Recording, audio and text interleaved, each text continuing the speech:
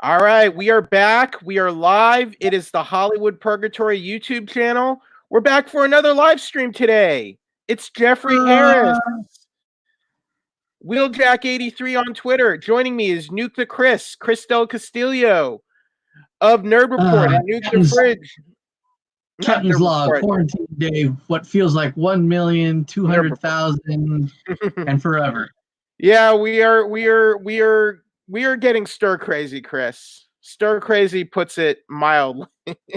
Tell me about it. I've had my mental breakdown a few days ago. I just had no will. It's like, things will move on, but it's just like I miss everything. I haven't seen you. I think we even said this last time. I haven't seen you in about 3 months in person. I haven't seen much of my friends. Sure, I see them online, but it's not the same. I think the last time I saw you was when I went to Frankenson's a while back. Was that 3 months ago? No, we saw each other. Okay. One Piece? So no, it was an anime movie. Okay, so there were those are all just a blur to me. I'm just sort of losing track. We had the One Piece Stampede. I think that was the last time because we were supposed to do Digimon, but then that's just Digimon. Yeah, we were gonna see Digimon, but that was right before everything shut down and everything closed. Right around when it started shutting down, yeah. Yeah. We thought, yeah, you know what? It'll be fine. There's not going to be a lot of us there before the whole social distancing thing happened. But yeah, it didn't happen, unfortunately. Movie is set for release for release June, July, and it's worth watching. I have so many mixed feelings about this whole quarantine. I mean, I think we should be social distancing and we should, be staying at home, but it's just, the whole mental health thing. It's a big obstacle. It's a big weight on our shoulders, financially, mentally, everything. So hopefully hopefully things will start opening back up soon. I don't know, but we'll see. But I want to say, thanks for joining me, and this helps a lot because I've definitely had my moments too, Chris. So I just want you to know that you are not alone in this, and I'm sure many. I completely understand, and I'm just gonna say, for anybody who is feeling kind of lost, confused, disturbed, there's NAMI. NAMI is a website which is I forgot what it stands for, but I know the last part is mental illness. They have forums, they go there, talk. Normally they do have gatherings. I think they're doing online gatherings right now, but it's a good idea. Just join it. It'll help. It's not that expensive if you're not making a lot of money right now. I think it's like $5 for a year. Talk to some people in the forums. They might be able to help. I have friends who signed up. I actually signed up myself just because my friends are wonderful. I've actually talked to a bunch of them. Soon as I had some issues, and they've been helping me. And I'm just like, I'm at that point where here's the one thing this is done. Right. I've always kind of like, I love my friends. I hang with them. I talk with them. But I don't hang with them as much as I should. I always kind of isolated myself. But this is just kind of like, makes me open my eyes. I'm like, you're not getting any younger. There's a lot of people who are still young, but enjoy your life. Go have fun. When all this happens, go hang out with your friends. Just do a lot more things. Enjoy life while you can, because you never know what happens. So the important thing is be safe.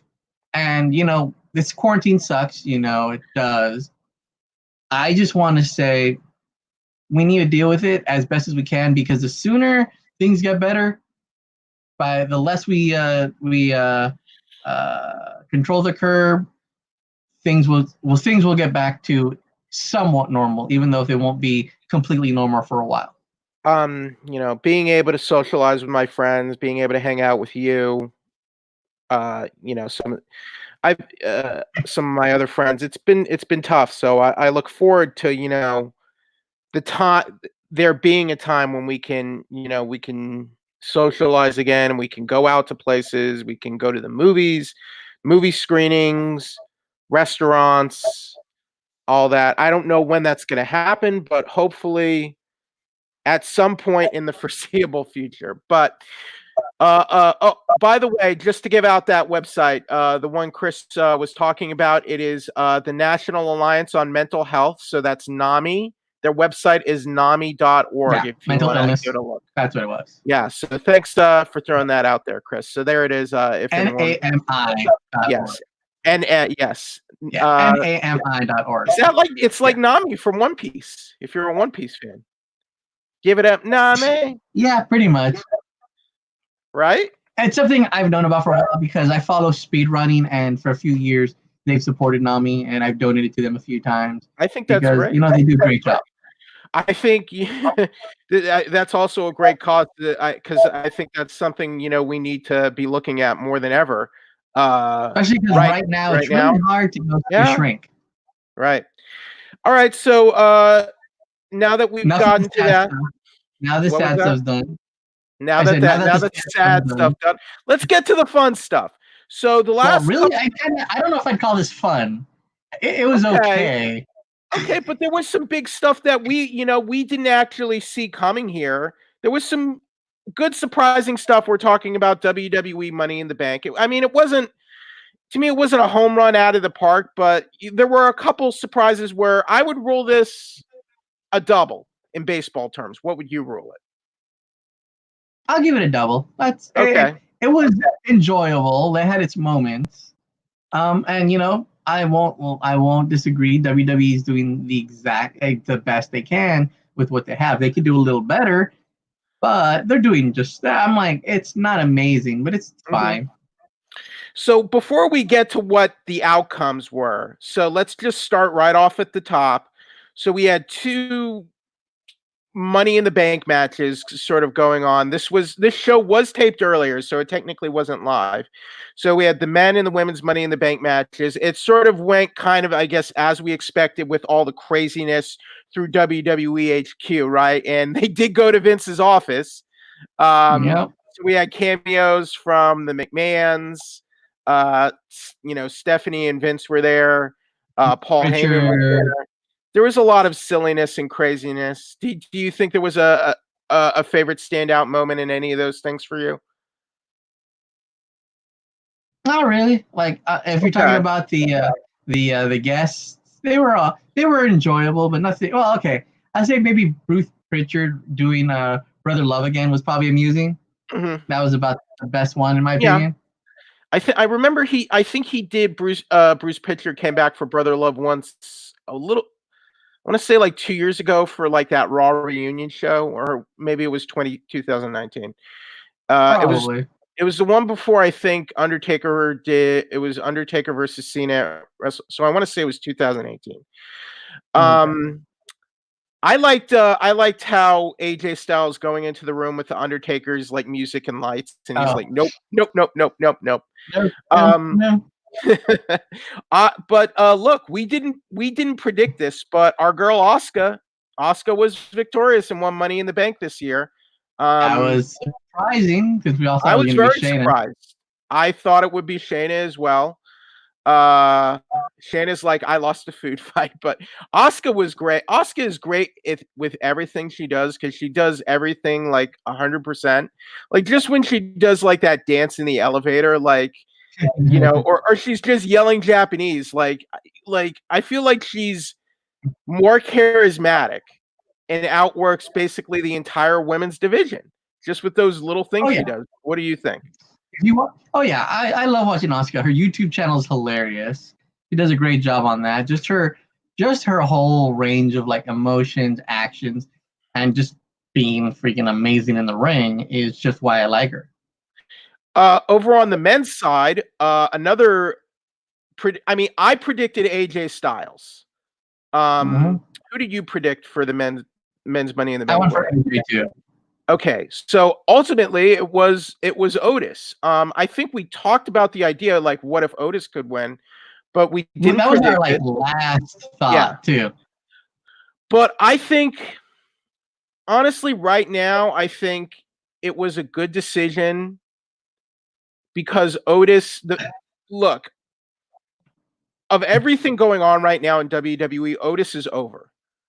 Or Yeah. Otis is over, and the fans like Otis. They like his storyline with Mandy Rose, so you might as well do something with Otis now, and you don't have to have him cash in right away.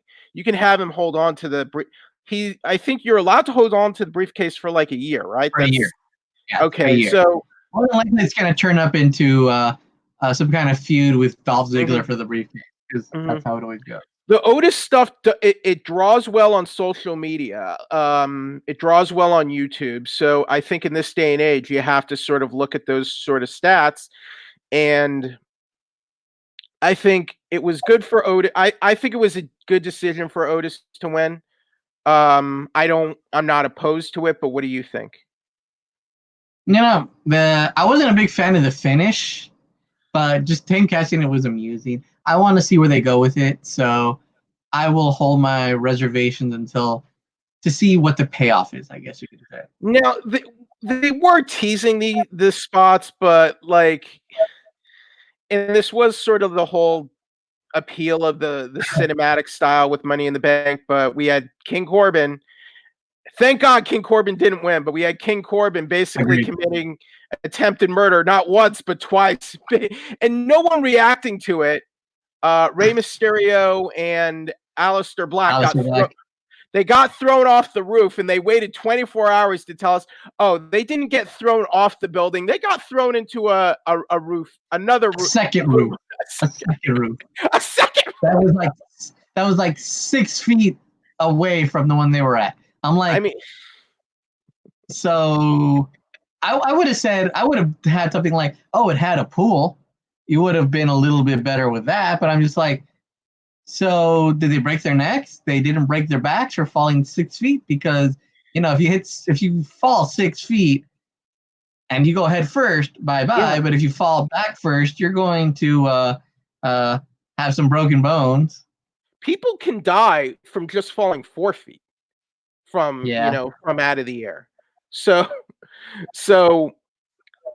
we knew they were going to do probably something crazy like that, but I guess what annoys me when they do a spot like that, they just don't even like acknowledge it or talk about it. Like, oh, like are Aleister Black and Rey Mysterio okay? Are they all right? And we don't even hear from them until that they're actually alive until the next night on Raw.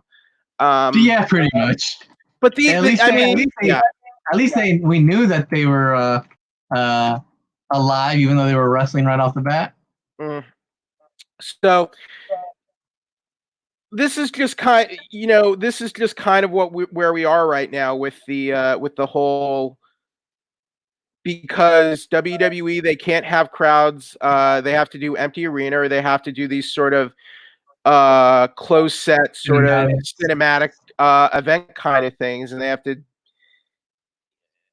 I mean, I don't want it all the time, but man, I really hope we can get fans back at some of these events in a few months. Some of the talk has been about, I guess, they could start filling events in some states maybe at 25% capacity. They're saying about 25 to 50. Okay. I don't even know how that would look, but do you think that would be, if you can get way better than it is right now? It'll be way better than it is right now. So I told you. I told you guys, I told you and Alan last time we did this. The stale emptiness is what drives me crazy. Where when we take AEW and they have some people in the crowds, whether it be workers, employees, wrestlers, whatever, production crew, it adds some life to it. Yeah, sure, they are faking it a bit, but it still gives it a lot more life than what WWE does. I think I watched there were 2 UFC shows. There was UFC the night before, UFC 249, and then there was UFC a couple days ago, and there's going to be one more tomorrow. UFC is not scripted in its live sports. I think the difference is for the UFC presentation, they keep the the broadcast like firmly centered on the octagon. So and the whole arena is just blacked out because they've been at the ViStar like Veterans Arena in Jacksonville. They just keep the rest of it totally blacked out, so you don't really see anything at all. So you're not really even aware that there are no fans, or there's no crowd there. So, but I think it would. But wrestling is different. Wrestling is so built on that crowd response that it's just it's tough to watch without a crowd, without getting that crowd response. So okay, so moving on from that. Drew McIntyre retained over Seth Rollins, which I think we both expected. We all expected that, yeah. I think I predicted. Did I predict Bray Wyatt? I think I did. But Braun Strowman. Yeah, both you and I did Bray. Yeah, but I said it was all dependent if he was a Fiend or not, and he wasn't. Right. So I think that was probably a good idea because the Fiend has been damaged enough, right? You could have built him up if he would have destroyed Braun, but I think if you're gonna have Wyatt lose, it's better he's not losing as the Fiend. Just after the way they booked that character. Okay, so Bailey Academic beat Tamina. So I guess Tamina's short-lived main event run is probably over for right now. R-Truth beat Lashley, and there wasn't even a 24/7 title on the line. Wait, you mean Lashley beat R-Truth? Excuse me, Lashley beat R-Truth, and there was no 24/7 title. Yeah. The new. I don't think that was one. That one was not announced before the card, so that was like a last-minute addition. Yeah, they did. They announced it. The four-way tag. Yeah, they did. R-Truth versus Lashley, though. That's no. R-Truth. I thought you were talking about the tag team. Okay, you were about to say the New Day. Yeah, the tag team, the New Day, they got the win over the Forgotten Sons, Miz and Morrison, and Lucha House Party. Fatal 4-way.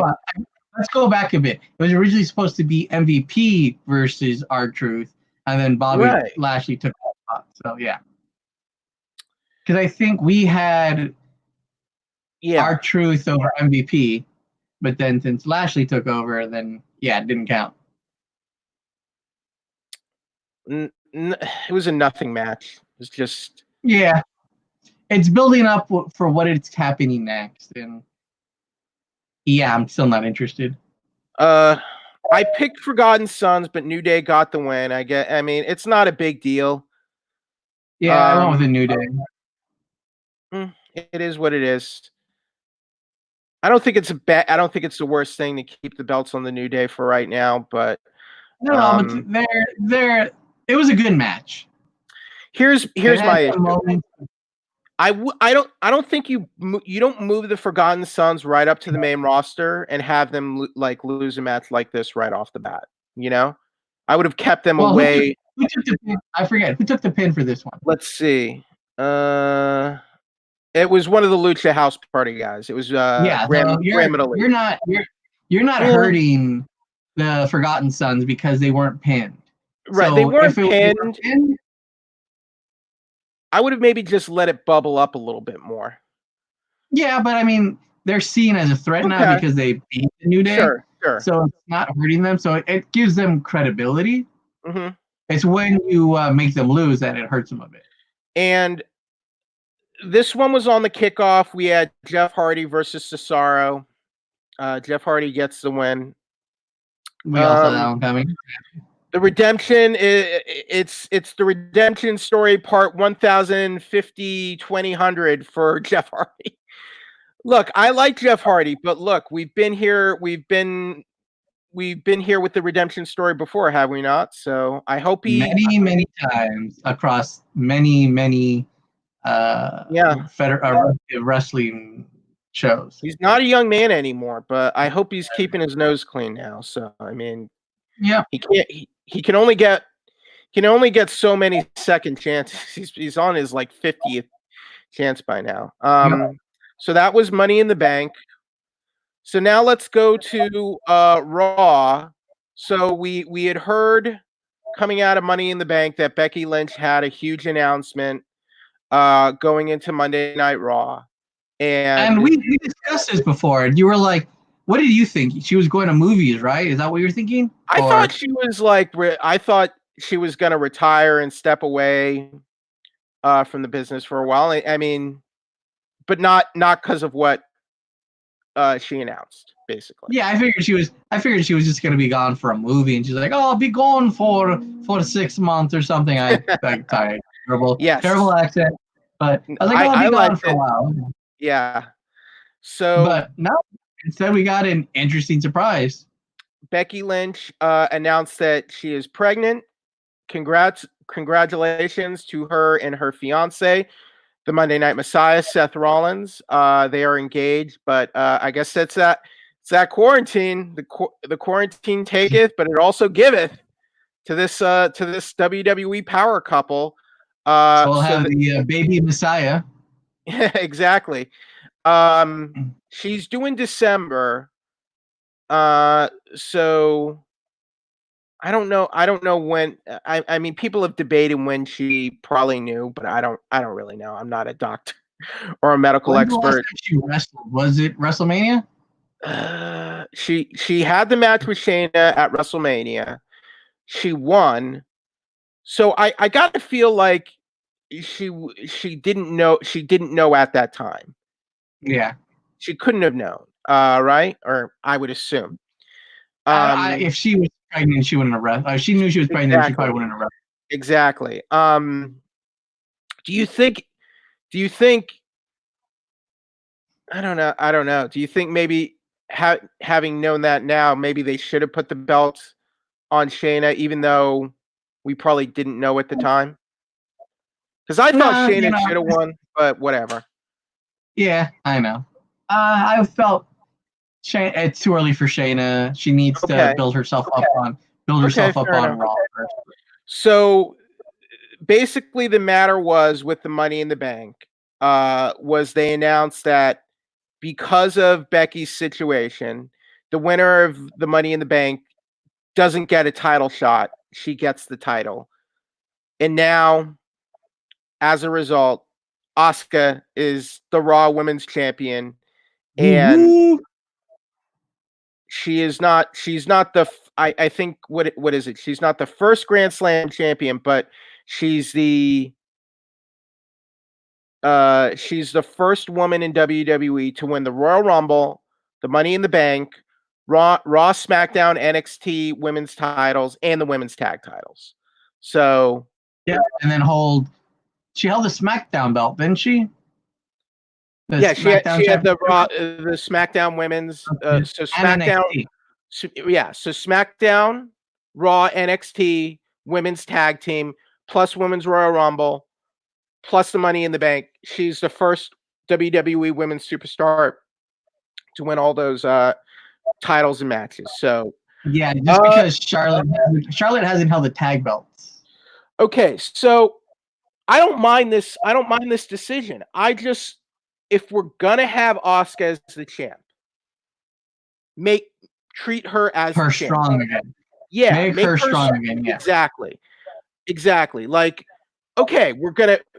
I feel like when Asuka came in a while back before and had her run before WrestleMania 35, and she beat like Becky. Like, okay, I can go along with this, but I feel like after she lost the title again to Charlotte, I feel like they forgot about her. Back of the bus, pretty much. Yeah, like here's my problem. They should never have taken the title off of Asuka just to get Charlotte into the WrestleMania main event. I thought that was ridiculous. Like that should not have. That was stupid. It should not have happened. It was forced nonsense. Well, look, it's Vince's company down the end, and he loves Charlotte. Okay, name value. He knows it's there. Is this the best out of? Do you think this is the best decision they can make right now in light of what's going on with Becky? Becky taking a step away from wrestling right now to focus on her child, and Asuka being the champ of Raw.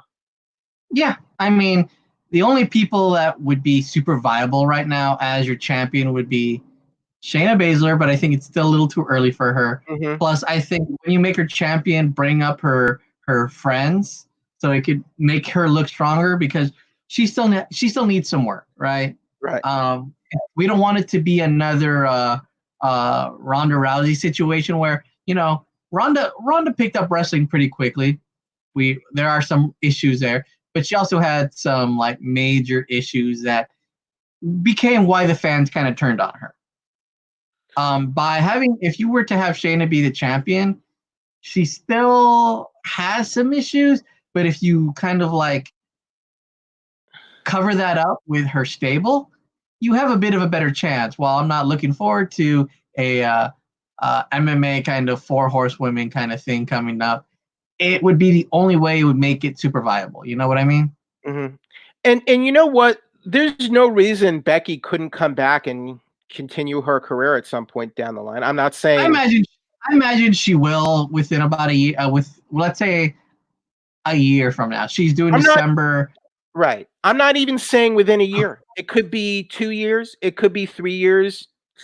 Time for her to be a mom, raise her child, get all that situated. But she could definitely come back. It's not Mickie James. She's only 33 right now. Right. But Mickie James is older than her, and Mickie James was able to come back and have a fairly full-time schedule as a mother. And she's got what, 2 kids, I think? Mickie James? Yeah, I only know of the one. I only know of the one she has with Nick Aldis, but she might. I don't want to. I don't want to get. I don't. I only know of one. Let's see. Yeah, I for some reason I thought it was 2. It might just be 1. She's married to Nick. She and Nick Aldis got married in 2015. Yeah, they only have one. Yeah, they have one child, but like. Okay. You can do it. It's not impossible. She would have to work a lighter live event schedule, but live events might be a thing of the past soon. Just things being what they are. Yeah, I mean WWE loses money on live events, so like the only money they really make is through merchandising. So or the overseas. Or the overseas, or obviously, man. Okay, here was the other high point. The other high point of Raw to me was Shayna Baszler just cutting that epic, scathing promo on like this was mean spirited. It was dark. Like here's what she said: reaction. How stupid do you have to be to get knocked up when you're the champion? Here's a fact. 10 out of 10 mothers will try to convince you that pregnancy didn't ruin their careers.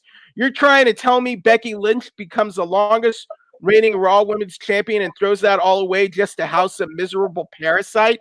Imagine the man barefoot on the couch eating bonbons. Yeah, that kid's going to suck.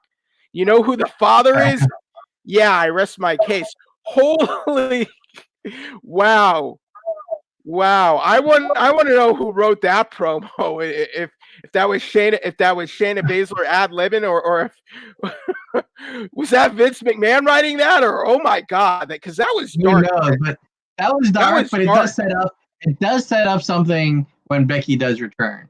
And my thing is Becky's been wrestling for, man, I think didn't Finn Balor, I forget his real name, but Fergal teacher when she was like, Fergal DeWitt, thank you. Teacher when she was like 16, 17 or something like that. She's had okay, so she started training in 2002, so that's 18 years. So she would have had to have been at least 6, maybe 15, as young as 15, possibly. She started training and getting into it very young. She broke onto the independent circuit in 2005, signed to NXT in 2013. So she's been with WWE. She's a solid veteran at this point, and she's had quite a career. I mean, I'm not saying this is it for her, but I know. But didn't she also just re-sign last year too? Like, didn't she just do her contract like last year? Right. I don't know all the details of her contract, but And I I think think that was for like $500,000 or something. No, like more, like close to $1 million, something like that. And she can still do like promotional events and stuff. I mean, hell, she's on the King of Fighters All Stars right now, and she's supposed to appear in a Marvel movie coming up. We don't know the details or what movie yet, but apparently she's appearing in a Marvel film. So, and fun. What is it? Blah makes people fonder. So her being gone for a while. Shayna, I think Shayna, once they line everything up from her and build her up, I think she will become a champion. On the SmackDown side, I really want to see Sasha Banks feud with Bayley, but I almost don't want to hope for that anymore. Just because I hope it, because I don't want to see. Yeah. I like Dana Brooke, but not as a high level performer right now. Okay. Who else? And I don't care for Lacey Evans whatsoever. So the other big return last Monday for Raw was Edge was back to continue his feud with Randy Orton. So since they started with what did they have at WrestleMania? The Last Man Standing? Yeah. So they started with like the no DQ like Last Man Standing match at WrestleMania. Now they want to do a wrestling match, just a plain old wrestling match between Edge and Randy Orton at Backlash. They're kind of building it up a little bit more. So now that the challenge has been laid out by Randy Orton to Edge to have just a plain wrestling match at Backlash. Can Edge prove he can still hang in a plain old wrestling match against the Viper at Backlash coming up this summer? So they're continuing that. Do you think it makes sense to continue that feud right now? Yeah, it's something they can use because those are big names, and I imagine everybody wants to see Edge again as much as possible. I think if you're gonna have Edge work like a part-time schedule, having him feud with Randy Orton is probably a solid choice right now, don't you think? Yep. Because Orton's had a very up and down career, but he's a very solid, consistent worker. I think you would agree. He's always been up for the most part. Like, yeah, there's moments that we weren't a fan of him, but he's always been up there. People, they love him, especially even though he causes a bunch of problems. And the guy, who's like that for me is who a lot of fans are just averted to these days is Dolph Ziggler. Yeah. Okay. Any other big takeaways for you from Raw this for this week's Raw? The ending segment, I guess. Now that Seth Rollins is a psychopath. What was the end segment? It was the tag team match that was Rey Mysterio, and I think it was. Oh, okay, yeah. How is that? Okay, so he went after Rey Mysterio and he raked his eye. He raked his eye over the steps. I think he just jammed it into the steel step. The corner. So that's even so who would have thunk that's even worse than getting thrown from a roof to another smaller roof? No. It's also how that match ended that was ridiculous. It's a tag team match. Ray's going for the 619. Seth catches him or blocks it, and he hadn't been in the match the whole time, but then the referee just called for disqualification. Yeah. That's not how tag team rules work, but leave it to WWE to just pull stupid rules and disqualifications. You know what that reminds me of? It reminds me of the DQ. Like they had a basically a no contest DQ in Hell in a Cell. Like that was dumb. And then when they counted out both AJ Styles and Nakamura in a no DQ match, and they did the double count out. Like that, that was also dumb. Do you think the Seth Rollins kind of thing they're doing with him? Do you think it's working, or do you think?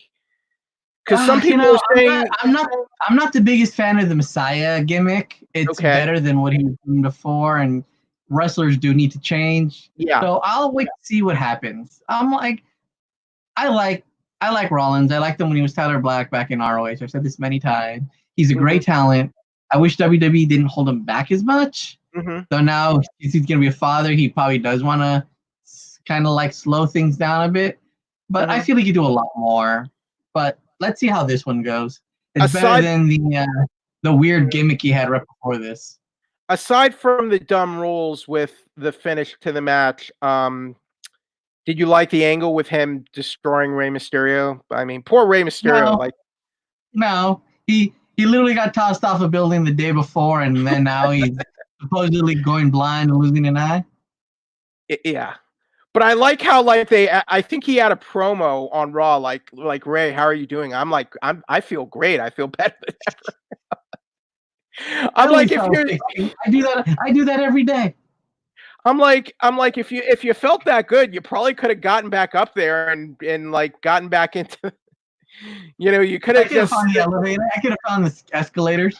I don't know, just or at least clue us into the fact that you're okay or something. I would have like cut away to like them getting tossed in a pool, like you said. So at least like we see on TV, bushes. You could survive on like landing on a bunch of bushes or something. So at least we see like if you're doing like a close set like film style, at least like show where they fall. So like, okay, we know in that moment that even though they got thrown over the edge, like they're okay for that. Okay, so that was Monday Night Raw. Did you see the shot of how that actually happened though? No, I did not. Did they show? Okay, so it wasn't a shot of like them being thrown off, but I do I even still have it? I'll have to look for it. But so the way it was set up, there was still a lot of space that wasn't being used, right? So there was a segment that had an airbag, and it wasn't even like it was like just over the barrier. You know, like when you get thrown over the barrier in like a live event or whatever, and you just fall into the crowd.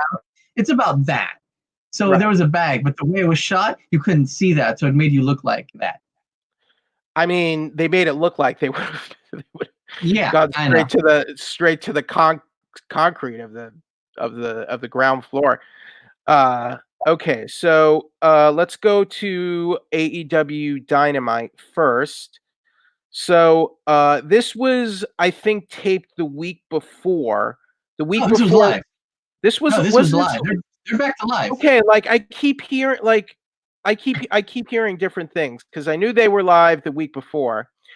So they're doing the push the week before. No, wait. Oh yeah. They were live. They're back to fully live. So what ends up happening is, I think they're working to have everybody who's working there, not isolated, but in a hotel or something that is only for them. So that way, they don't have to keep traveling back if they want to. I heard AEW and UFC were sharing a hotel. Really?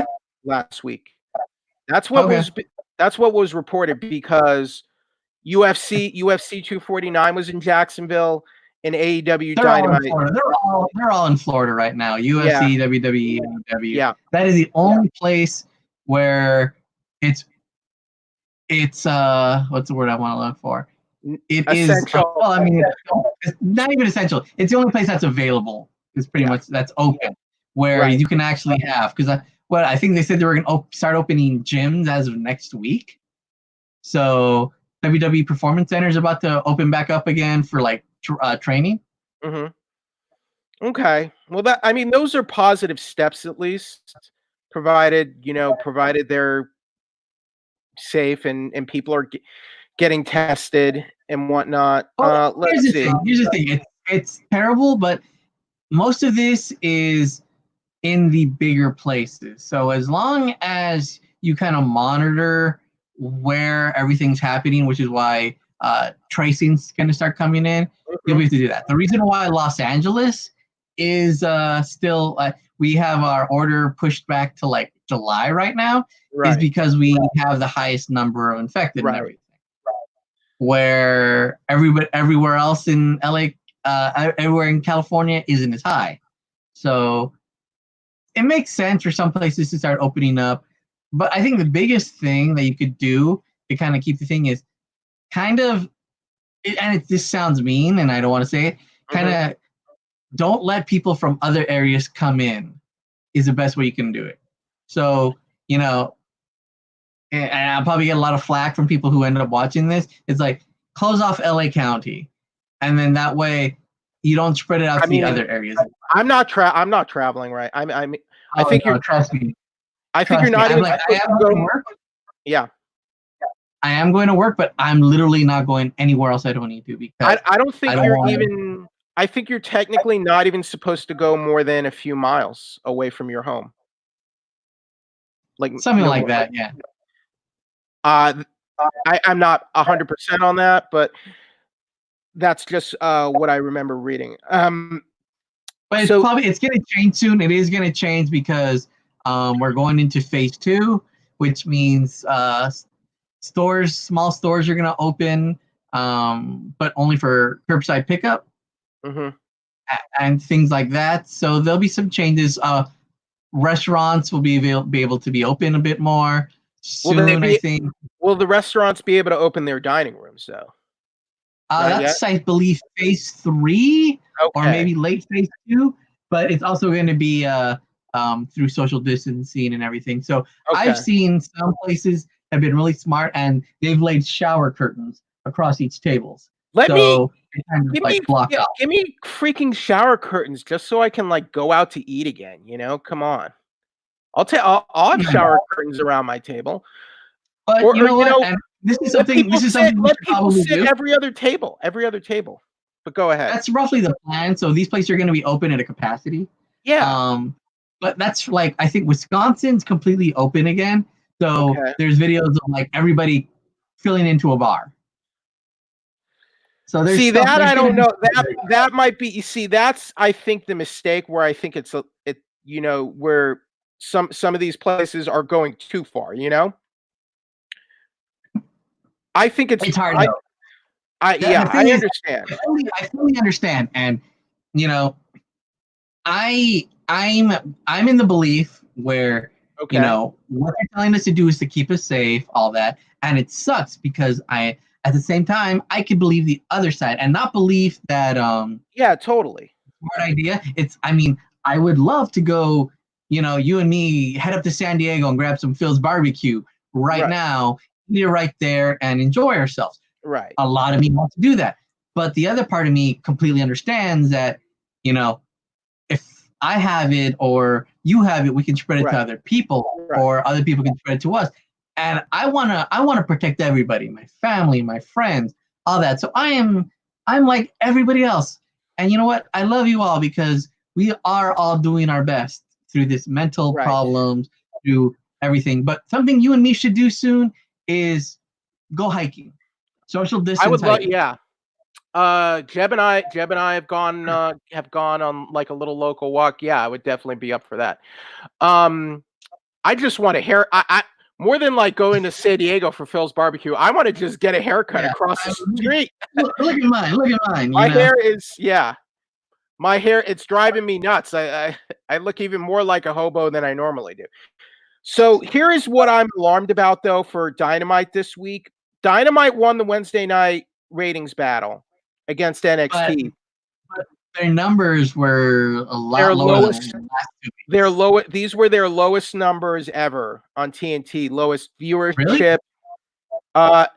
As far as in the overnight numbers, yes. Because in 2020 there's replays, there's DVR. Yeah, so those numbers are only the live numbers. They don't include the overnight DVR number. Right, exactly. That, yeah. But I think that's completely understandable. Yeah. And plus this is a weird time anyway. With the empty arena shows. This was a bit of an off show. Not a terrible show, but it was a bit of an off show for Dynamite. Well, here's the other thing that we and I'm sure before was a lot better. Into. Yeah. But here's the thing that I think a lot of stations and everything look into. all the numbers for everything have gone down. The only thing that has high numbers is news. UFC, the UFC pay-per-view event on the Saturday before it did good numbers, but that was a pay. That was it did good numbers because it's been. When was the last show before this? For UFC, I think was like 2 months before, basically. Yeah. So people, it made people want to see this again. They want to see that action because when baseball comes back, football comes back, basketball comes back. Even with empty arenas, people are going to want to watch because it's something new. The only thing new we get right now is news and the occasional talk shows that are being filmed from home. And even then, it's a little hard for them because they have no audience to play off of, and they can't do all their sketches. Have you seen some of the Saturday Night Live sketches? I've seen some of the talk show stuff, and they're basically Zoom chats from their homes, right? I don't know if they're Zoom chats. Well, they're performing from their homes, basically. Yeah, aren't they? I mean, even newscasters are doing that right now. Like we're doing that right now because not like we're going out. So there are very few people that are actually going out right now. Like if you ever watch the news, you've got like maybe 3 or 4 people at the actual studio, and everybody else is just doing it from home or out. Here's the other issue with AEW. They're not able to play with their full roster right now. Some guys are not showing up to work due to the pandemic, which is understandable. The Young Bucks are being they're still doing Being the Elite. So is Adam Page, but they're not. They're back soon. Okay. They're going to be there for Double or Nothing. Right. But they have not been on. But they're some of the top stars on the roster, and they haven't been on TV every week. So that's the other. Makes sense because it was Matt Jackson just had another kid. Yeah. So you want to spend time with your kid. You don't want to get anywhere near that because as soon as he leaves and goes to that show, that's 2 weeks he's got to stay in quarantine, like 3 weeks to stay in quarantine to keep away from his kid. So that is not easy, and I'm sure that's why Nick hasn't been there. Nick's not there. Yeah. It was Nick? Okay. But yeah, I think the plan is they are going to be back at Double or Nothing as of now. But just for example, the main event was a death match. Excuse me, not a death match, but it was Dr. Luther versus Jimmy Havoc. I like Jimmy Havoc, but since when has he been in the main event spot for AEW? I maybe would not have picked that. I thought the segment with Cody driving the truck and then having the brawl with Lance was good. Archer. I like the Jake Roberts promo. It was an average ho-hum show for me this week, though. I don't know. I like the Jericho versus Pineapple Pete. I thought that was amusing. That was. I also liked Matt and Kenny versus Proud and Powerful. I was about to call them LAX, but Proud and Powerful. Mm-hmm. Oh no! Wait, I was looking at the wrong. I'm sorry. I was looking at. You're looking at Dark. I was looking at Dark. I'm sorry. Yeah. Yeah. So they're not gonna put Jimmy Jacobs versus that. They did the extended Dark. That's what they're doing right now. But yeah. So MJF is gonna wrestle Jungle Boy. I like that. Yep. Keep MJF, strong. And Jungle Boy, to me, he is without a doubt a future star, I think. But they're not going to give him the big push just yet. MJF is that. I think MJF is going to be the guy who's going to beat Jon Moxley. But what do you think? I don't know. I don't think so. Okay. I mean, I don't think Brody Lee's going to beat him. It's not going to be Brody. Eventually, I'm going to think it's probably going to be Archer. They're gonna do that run back really? from New Japan. You really think? I think they're kind of. I think eventually they're gonna set it up that way. Do you think Archer is gonna beat Cody? Yes. Okay. But I don't think Moxley's losing it anytime soon. Let's see. So we have best friends versus. Who are you gonna drop it? Who would you drop it? Who would you think Moxley would drop it to? Like, who's got the best chance? If I were to pick who I would have him drop it, I would have it be MJF and just let MJF make MJF like the Ric Flair of the company, basically. Make him like just the most despicable, just disgusting jerk. But is he there yet? He's good. He's good. Don't get me wrong. But is he there yet to be able to carry a promotion? I think I'm not saying we're going to do this right away. Like maybe I'm thinking like maybe 6 months or if not longer is what. Okay. Preferably when there are fans back in the arenas again. Which could be a while. I say if they drop it within the next 3 to 4 months, it would probably be to Archer. Okay. After he loses the Dynamite TNT Dynamite belt or whatever, I forgot what it's called. TNT Championship. Yeah. Okay. The only people that, in my opinion, can really carry that promotion right now is Jericho. Obviously, he already has the belt. Moxley, because he's got that name value and people still enjoy him. Kenny, once they build him up again. Pac is another one. And that's honestly about it, other than Archer. But I don't think I don't count that as a champion right now. Brody Lee, I really like Brody. If they built him up better, sure. But like I said, I'm just not a fan of them week in, week out doing the McMahon thing. It's cool every so often, but I want to see more of him. I don't think Brody's he's definitely not getting that title if I were to make a prediction right now. So best friends beat Jurassic Express.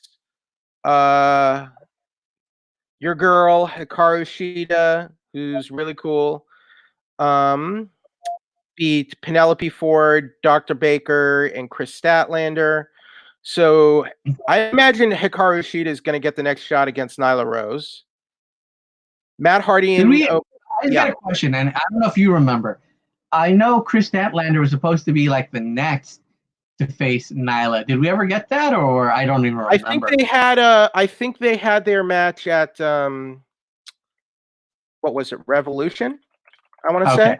I'm not a biggest fan of Chris Statlander, but I honestly that was like the last thing I remember. I'm like, he was supposed to face it, and then all this happened. Like, Nyla Rose defended against Chris because Nyla Rose won the title on Dynamite from Riho. Then she defended it against Chris Statlander at the pay-per-view. So that was the last pay-per-view. And it feels like it was the very end of February, which feels like a lifetime ago in some ways. But Matt Hardy and Kenny Omega got the powerful beat them, Ortiz. As you mentioned earlier, Chris Jericho beat Pineapple Pete. I'm glad they did that. I imagine Jericho's going to get a rematch somewhere down the line against Moxley. I don't know when, but I think it's inevitable. Brody Lee versus Christopher Daniels. Decent enough main event. I would have put Hardy and Omega versus Santana Ortiz in the main event slot for this week, though. Yeah. Just because, and the show stronger. And again, we had the brawl segment with Cody, Jake Roberts, and Lance Archer. Okay, so Dynamite was the winner for the night, but still. Well, you're not gonna talk about the final segment, which was like the best part of it. Go ahead. That is when Jericho was out with the Inner Circle. Did you watch it at all? Yeah. Okay, so Jericho's out there in the circle, and then Vanguard 1 shows up with a shirt that he took, 2-3 months ago at this point? I think 2 months. From the hot tub segment, right? Yeah. So I think that was 2 months ago. It comes in, and then Jericho's like, "Oh, my shirt, you thief! Thanks for bringing it back. Now, are you going to join us?" He's like, "Well, nah. You know what? I rescind that. Let me introduce you to the sixth member of the Inner Circle, and it's the Bat. I forgot what he called the Bat, and then just destroyed Vanguard 1. So then you just see Matt Hardy come in, and it's like, no. I like that we had a payoff to the whole thing with Jericho and Vanguard 1. So that's the end of Vanguard 1. Give it a few months. We'll get Vanguard 2. Poor Matt Hardy though, but that was a good segment. But that was before I think they ran Brody Lee versus Daniels. Okay, I honestly don't remember. I thought it was the ending. The ending was Moxley coming out to take out Brody Lee and just to kind of build up their match. But yeah, I love this. I love the stuff with Jericho and Vanguard 1 is always solid. Like, man, even at like almost 50 years old, Jericho is like firing on all cylinders. Some of the best stuff I think in wrestling right now. Okay, so something they're going to do is I think next week they're doing a Stadium Stampede match with the Inner Circle. So I don't know what that exactly is going to be, but they're calling it a Stadium Stampede match. I think it's because it actually doesn't take place in the ring. It takes place in the football field. Okay. And then also next week, Phoenix versus Orange Cassidy, MJF versus Marco Stunt. Arn Anderson and Jake Roberts will have an interview segment because Arn kind of manages Cody. Matt Hardy versus Sammy Guevara, that should be good. And Moxley versus Ten is one of the Dark Order stooges. Basically. All right, so I'm a little alarmed by the numbers, but I mean, I think you can't really hold any of the numbers, right? Even WWE, you can't really hold the numbers because of this just whole pandemic thing. You know, it's hurting everybody. Okay, so let's see. Anything from NXT that stood out for you? I didn't even watch NXT this. Okay, I'll this just week. run down NXT, and that'll be it for wrestling for us this week. So Imperium, so we have new NXT Tag Team Champions. Imperium beat Matt Riddle and Timothy Thatcher. So Imperium from NXT UK won the tag titles in NXT. I saw that photo, on Twitter. I think Imperium is a good stable, so I think it's a decent move. Tegan Knox beat Indy Hartwell. They continued the NXT interim cruiserweight tournament. Atlas beat Tony Nese. Jack Gallagher beat Isaiah Scott. Cameron Grimes beat Finn Balor. Oh, okay. So we found out who Finn Balor's mystery attacker was. It was Damian Priest. So they advanced that angle. Caden Carter beat Aaliyah, and Matt Riddle beat Tim Thatcher. So new NXT Tag Team Champions in Imperium. So now Imperium has the NXT Tag Belts and the NXT UK title with Walter. So nice. So that was NXT, and SmackDown is going on right now. We'll talk about that later. But we heard Sammy had been vacated the belt because Sammy is not. Sammy is not working right now. I mean, nobody's gonna lose their spot though, you know. I don't get why they didn't just strip Jordan Devlin, and they're creating an interim title for the cruiserweight title, and yet they're stripping Sami Zayn and having a tournament. I just, I think that's also, and I can't answer that because Imperium was here, but I know a lot of Europeans can't come into America right now. Right. And vice versa. So there was something up with Imperium being able to get in. So they've probably been here for some time. Who knows? Do you think this is just a mean-spirited punishment of Sami Zayn? More than likely, you know. Rachel Ellering, I think the daughter of Paul Ellering, got released by WWE, so another WWE release. When was this? I think it was, let's see. It was this week. So it was a couple days ago. Damn, I didn't even hear about that. I think she was still a developmental talent. Yeah. So, you know, there have been quite a few releases in the past, since basically the less than 4 weeks, because kind of started happening in late April. Yeah. Devon Dudley says he's retiring. Oh, here's something from the Wrestling Observer newsletter. Undertaker signed a lifetime deal for what is being called, for all intents and purposes, a lifetime deal. Apparently, he signed this about a year ago. It's described as a big money deal that will keep him with the company for the rest of his career. There aren't a lot of life. Because he's only going to be wrestling once every year, if that. Undertaker is 55, so yep. I don't know how many more matches. It's the whole Hogan deal, just without them pretending he doesn't exist because of what happened.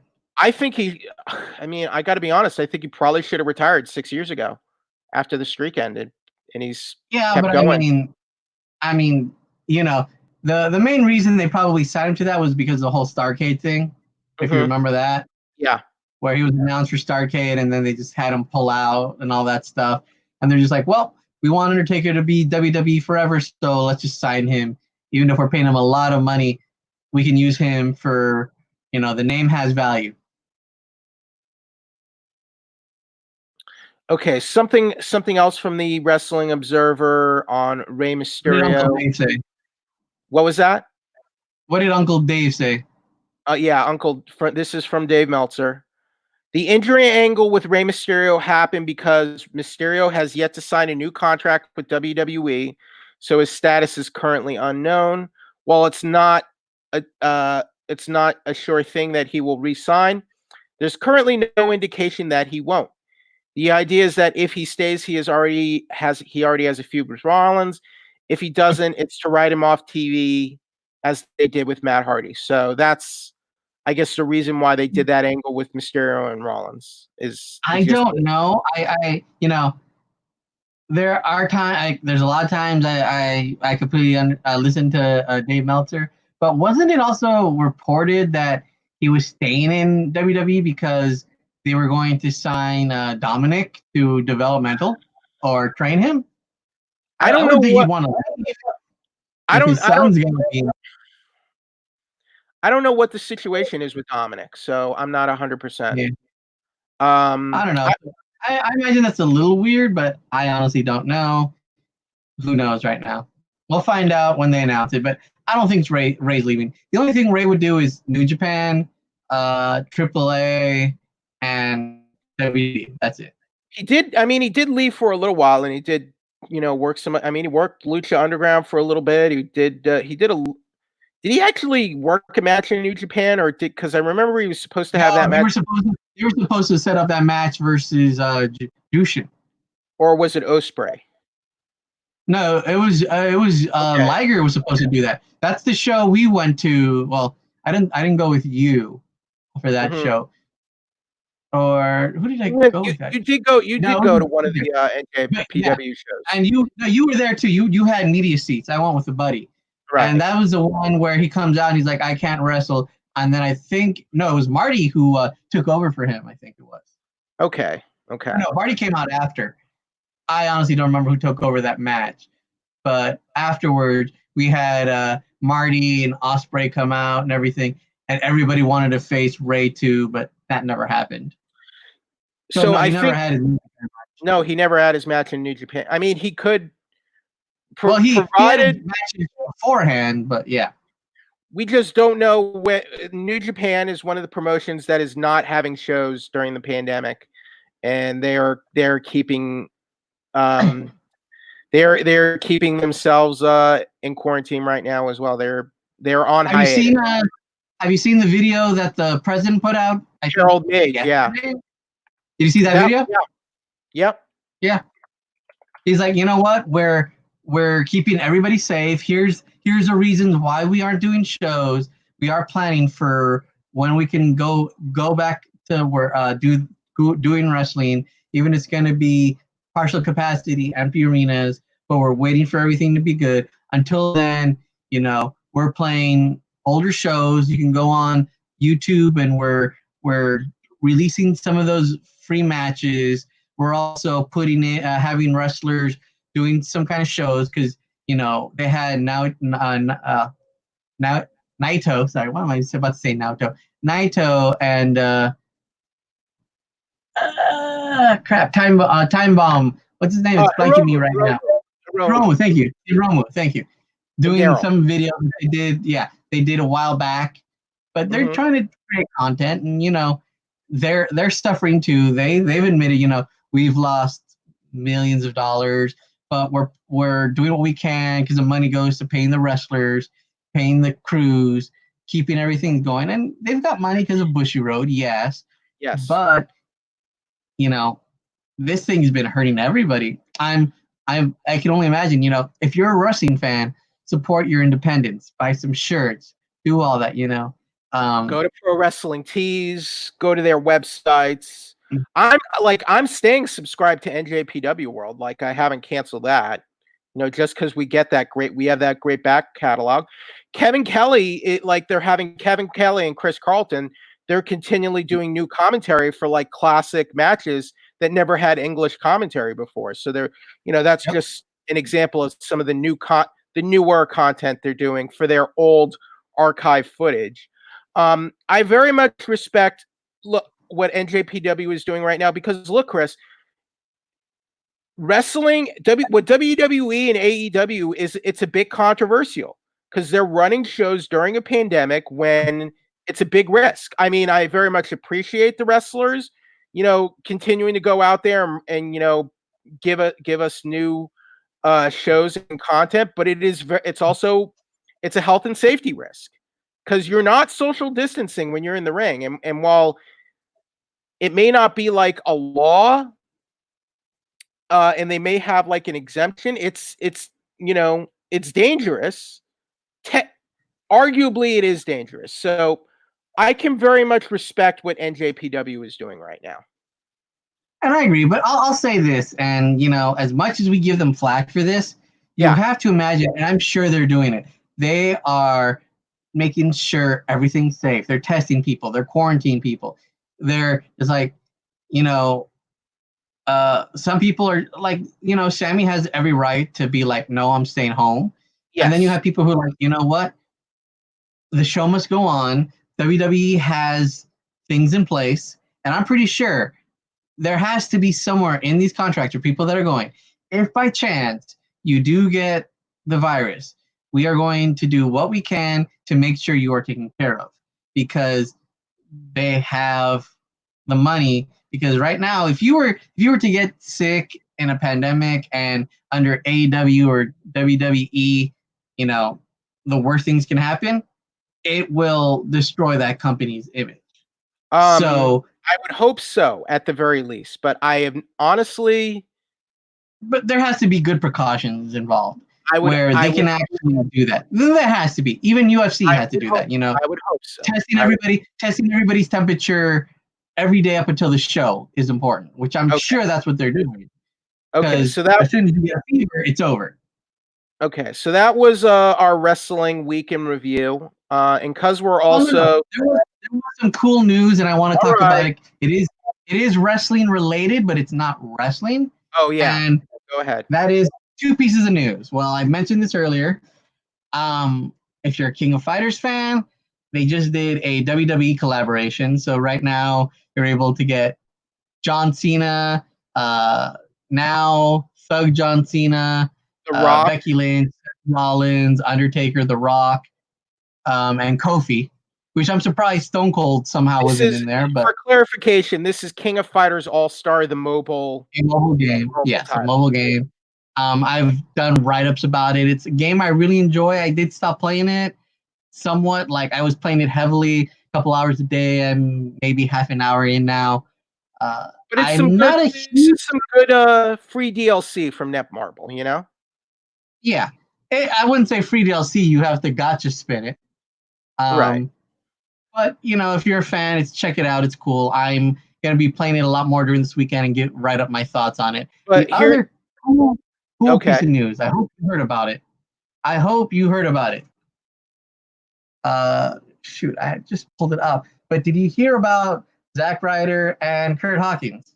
Oh yeah, the Retromania game. So yeah, former WWE superstars Zack Ryder and Kurt Hawkins, also known as Matt Cardona and Brian Myers, because you know those are their non WWE ring names. They're going to be in that wrestling themed video game, Retromania. Yep. So that's great for them. So that's like that, like, you know, pixelated, like arcade style wrestling video game that's coming out. It's described as an official sequel to the 1991 arcade hit WrestleFest. It will be on PC, Nintendo Switch, PlayStation 4, and Xbox One. So yeah, if you remember the that awesome WrestleFest arcade game, that's basically what this is. And so they will definitely be in the game, and they revealed their images of what their game characters will look. Good for them. Like they're marketing themselves and getting. Hopefully, they're getting paid for this to appear in the game. This game is also coming out next month. So if you like sort of like that classic sort of 1990s, you know, pixelated arcade style of wrestling games, this is basically what this is.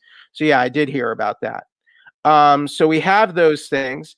Now I think can we get into the Super Sentai stuff? Oh yeah, I just wanted to bring those up for those who might have not heard about it, which is cool. Okay, so for today we got this news hot off the presses. So this comes straight from Hasbro. We have the next installment of the Power Rangers series. Chris, this is the 28th season of the Power Rangers TV series.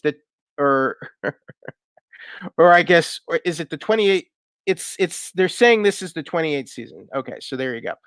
28th season of the Power Rangers. It is called Power Rangers go ahead. Dino Fury. So we got the first shot of the team, the lineup. So they have blue, pink, red, green, and I guess that's silver as the regular 5. So we have a team of 5 for this season 28. And what was the other? They gave us a synopsis. When an army of powerful aliens is being unleashed on Earth, threatening life as we know it, a brand new team of Rangers fueled by the prehistoric power of the dinosaurs are recruited to deal with the threat.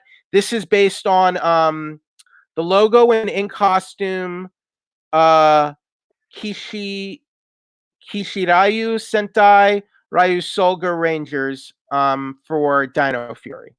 And I'm sorry if I mispronounced that. So anything to add here, Chris? Yeah, no, Kishiryu Sentai Ryu Solga. You know, I haven't seen that one, so I don't know too much. It's supposed to kind of like go back to original style, I believe, ish, right? If I remember correctly. Yeah, I don't remember. To a more Mighty Morphin style. I think it kind of follows that more than anything, but I could be wrong. I'll have to go back and I'll actually have to go and look at Kishu Ranger. The Beast Morpher season was based on Tokume Sentai Go Busters. Not Ghostbusters, Go Busters. Yeah. So that was the Beast Morphers iteration. So what do you think that we're on the 28th season of Power Rangers now, since we've been with it since the beginning? Yeah, you know, it's hard to say. Like, I grew up on the Ranger, on the original MMPR. I fell out like at around Turbo. I think towards the end of Turbo. And I haven't watched too much of it. I think the only other thing I did watch was Dino Thunder because Right. Tommy was back. Right. Then I did watch crap, I can't remember the name, the English name for it, but it was the Pirates one, or the Pirates one where they can get old powers back. Super Mega Force. It was Super Mega Force. They basically Super Mega Force. They basically combined Gokaiger and the one before, basically. Yep. They made like the pirate suits were basically like their Megamorph or whatever. Dino Fury looks, from what I can tell, it looks a lot like Dino Charge though, from what they did for Dino Charge. Yeah. Do you know anything about the new Sentai they're adapting? No, I don't. Okay, so Kishiryu is the 43rd season of Super Sentai. The theme is like knights and dinosaurs. So, I mean, I guess you can't go wrong with dinosaurs, but it feels like we already had dinosaurs a few years ago with Dino Charge, and then after that they did Ninja. Was it Ninja Fury? Or was it Ninja Steel? Maybe, I don't know, unfortunately. Ninja Steel, excuse me, Ninja Steel was when did they do that one? So we also got some new figure announcements. We're getting Mighty Morphin Zordon and Alpha 5. That's available to pre-order now on walmart.com for $29.99. We have the Power Morpher, so you can get like a new replica Power Morpher from Hasbro.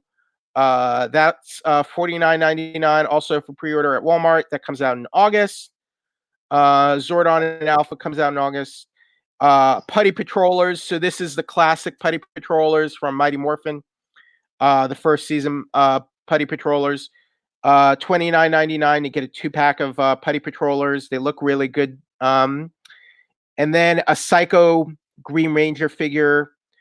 I got to be honest, I like what Hasbro has been doing with the franchise so far. Just overall. I think they've done an okay job. I think the comics have been good too from Dynamite. I've enjoyed the comics as well. I haven't read them. I'm behind on those a bit, so I have to come back and read them. Me as well, but I mean, the earlier stories I thought were good. I think they did a good job. Okay, so that's all I had for main news. Did you have any other gaming stuff or anything you wanted to share for the Not really. We did see yesterday. No, was it yesterday? Yeah, it was yesterday. They announced a new Paper Mario game. Oh, right, I heard about that. Yeah, I'm looking forward to that one. So there's not too much coming out that we know of right now. Right now we're in. Oh yeah, Tony Hawk 1 and 2 Remastered got announced as well. We're currently in the Summerfest where they're going to show off like almost like a new game every so often. So there's stuff to look forward to since we aren't having E3.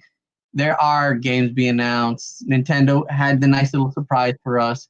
So I'm kind of looking forward to it, and coming in July. So, it's something to look forward to because we don't know how long we're stuck, at least in California. The good news is, even though the entertainment industry is largely like shut down right now, at least we're getting the gaming industry is still able to kind of move forward a little bit, and there's still we're still getting new games and new game content at the moment. And so it's Paper Mario the Origami King is what the new one is called, and this will be it's coming out in July, so it's right around the corner. Do you like Paper Mario better than Super Mario RPG? Because that's one of my favorite. I know Super Mario RPG was just the best. It was the Super Mario RPG was just one of the best, but they're enjoyable. I do like the Paper Mario games, but I do wish we did get another Mario RPG. But that'll never happen. Well, I mean, the Paper Mario games they're kind of like RPGs, aren't they? They are, but I just want to see Square Enix do another one, but that's not gonna happen. Sadly. Okay, and also Mortal Kombat, they announced the Aftermath DLC, which will add RoboCop. I like that. Fujin and Shiva. Yep. Kintaro, man, I want to play as Kintaro already. I feel like we've been denied like Kintaro for the longest time. Kintaro is not a good character to add in that game right now. Well, no, it's all right. No, Kintaro's fine. Sorry, I was thinking of Motaro for some reason. Kintaro would be fine, yeah. Kintaro's like that from Goro. It was the bigger version of Goro, yeah, I remember. Yeah, for some reason, I thought of Motaro. Yeah. So that was bad on me. But yeah, Kintaro could. Yeah, Kintaro, I feel I've been wanting to play as him in one of the modern updates for a long time. So I hope we can get him at some. But getting RoboCop is pretty cool. We got the Spawn. The Spawn DLC was pretty cool. Who was that? The original voice actor for RoboCop's doing the voice for it. Is it Peter Weller? Yeah. Oh, that's awesome. Okay, so that's coming out. So that's coming out May 26th. Okay, so they got, we got a good amount of new gaming stuff. I've been playing a lot of Doom Eternal lately. That's good. My only issue with Mortal Kombat 11 Aftermath is the price. So if you never bought any of the Mortal Kombat 11, you get all that for $60. Good deal, right? You get the original game, all of the season pass characters that's currently last season season 1 cast characters plus the 3 characters and all that. $60. If you already own Mortal Kombat 11, bought all that DLC and everything, you're paying $40 for the upgrade. Considering that Mortal Kombat 11 came out in March of last year, they've given it a decent amount of support, like post-launch support. So I will credit. Yeah, but at the same time, Spawn just came out a month ago. Yeah. So it's just like, so you paid $60 for the base game, $20, and the character just came out, and now you're paying $40 for Aftermath. Right. This is why I like to wait for like those Game of the Year all-in-one editions, because like when games are going to have post-launch support, I like to, I don't want to pay full price plus the season pass garbage. Yeah. I would rather pay a bargain price to get all of that just all in the same pack, personally. That's just how I... The only thing is then you have to wait however long it takes, and some people just want to play now. I would rather, like, that's what I'm doing with Final Fantasy VII right now. Chris, if it takes 5 years, I'm telling you right now, I don't care how old that makes us. If it takes 5 years to finish the Final Fantasy VII remake, I am waiting until I can play the whole thing, the whole saga, the whole experience from start to finish. That's basically what I'm going to do. Okay? Okay. All right. So, any plugs, anything you want to take us away with before we end the broadcast? No, same as always, make sure to check out, Alan's not with us right now because he went camping, so I hope he has some fun. Good for Alan. Alan, so hope you're having fun. Hope you're being safe out there and enjoying yourself. But to check out our work at nukethefridge.com, you can check out my all my social media is nuke the Chris. So follow me on Instagram, on Twitter, and all that such. And then, I do have a plug that I want to do, and I think it ends tomorrow. We are teaming up with Warner Brothers to give a copy of Scoob, which released yesterday on video on demand now. So go to Nuke the Fridge, our Facebook page, not Nuke the Fridge Gaming, where I run, but Nuke the Fridge to enter. And I giving away a couple of copies thanks to Warner Brothers. And I need to watch it myself. I hope I'm gonna try to watch it soon, maybe this weekend, because it looks kind of enjoyable. I will want to watch it at some point. So that's so good going there on Nuke the Fridge. Also for me, you can check out, I just did an interview with Tom Kenny. He's doing a PSA cartoon project right now called A Moment for Kids, basically giving kids PSAs about the coronavirus pandemic. online. We talked about SpongeBob. We talked about Final Space and a couple other things. You can check that out right now at 411mania.com. I have some huge stuff coming out next week. I cannot say what it is because I'm under embargo. Can you say when the announcement's going to be? Monday morning. What? Okay. Monday morning. I have some huge stuff. You're gonna want to go to 411mania.com on Monday morning. I'm gonna have some huge stuff coming out that if you're a wrestling fan, you are very much going to be interested in. My podcast is the 411 Wrestling Interviews podcast. You can check that out on Apple Podcasts, Google Play, in Spotify, and on Twitter. I am at Wheeljack83. This is Jeffrey Harris. He is Castillo. This is a Hollywood Purgatory live stream show.